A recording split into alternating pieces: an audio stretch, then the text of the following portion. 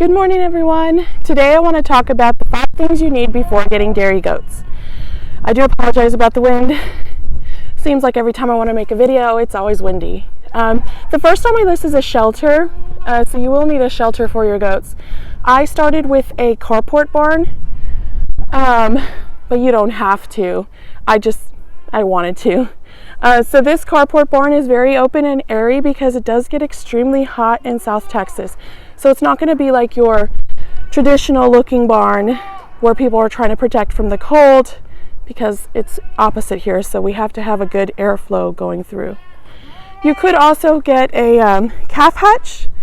Several goats fit in a calf hutch, or you could use a dog igloo. All of those will be suitable housing for your goats. Okay, second on my list is fencing. Now, when I first got dairy goats, a lot of people were telling me to get the no-climb, woven, horse fencing, the stretch fencing, because they said it's the best for goats. And here we are 4.5 years later, and it's falling down. It could be restretched probably. It's just too much hassle for me to deal with. The other thing is we were told to use wood posts, and as you can see, leave that alone, baby. As you can see, they're rotting out. So that's not something I would recommend either. In the future, we're going to be using just the green T-posts because those seem to work the best. Cattle paddle fencing is a really cheap way to get a good lasting fence for your goats. The only problem is if you have baby goats, they will go through the hole. Small dogs can go through the hole. So you have to take that into account. These metal horse panels have been here for 4.5 years, and they have not bent, they have not broken, they're really holding up. So in the future, this is what I'm going to be fencing the yard with, because it lasts the longest, at least in my experience. Third on my list is a loose mineral. You can get a loose mineral from Tractor Supply or your local feed store. You can use Sweet Licks or Onyx brand. They do have Onyx at Tractor Supply. I also put out a pink Himalayan salt rock for the goats to lick on. They really enjoy that. And then usually I do have a little container out here for baking soda. Lost my train of thought. But they did kind of destroy that little container, so I have to get out another one.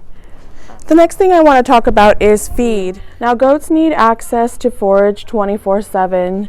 So in my situation during winter, we have absolutely nothing. It is literally sand. It looks like a desert.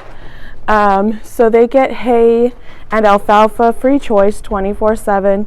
Now this alfalfa, they have picked out the leaves and left the stems because my goats are brats. We do provide coastal hay. I use a metal cage for the water totes as a hay feeder. I do have to fill this up in a minute. They go through a 3-strand bale every 2 days. But it works well because they just stick their head through and get the hay. And that helps prevent waste. Little brat. Okay, for the other portion of feed, we use a grain from West Feeds. If you don't have access to a good dairy ration from your local feed store, you could go to Tractor Supply and get the kidding goat or a non-medicated feed. And then these are alfalfa pellets that we get from our local mill, and Tractor Supply does carry alfalfa pellets as well, but we mix that in with the feed kind of to make it last longer, but also because alfalfa helps with milk production. Fifth on my list is protection.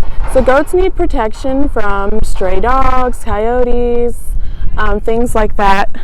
Stop it. So Tyson is our honorary goat dog. We do have some Anatolian shepherds, which I'll be filming in more detail later. Tyson's just out laying around in the goat yard right now. So I thought it'd be a good time to talk about that. Now, recently I put out a video where my entire goat herd was attacked by my neighbor's dogs.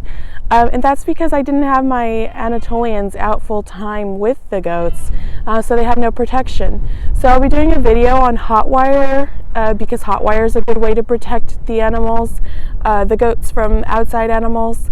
Livestock guardian dogs is a good way. And people ask me about donkeys, which I've heard a lot of stories about donkeys eventually killing goats, so that's not going to be on the top of my list for recommendations.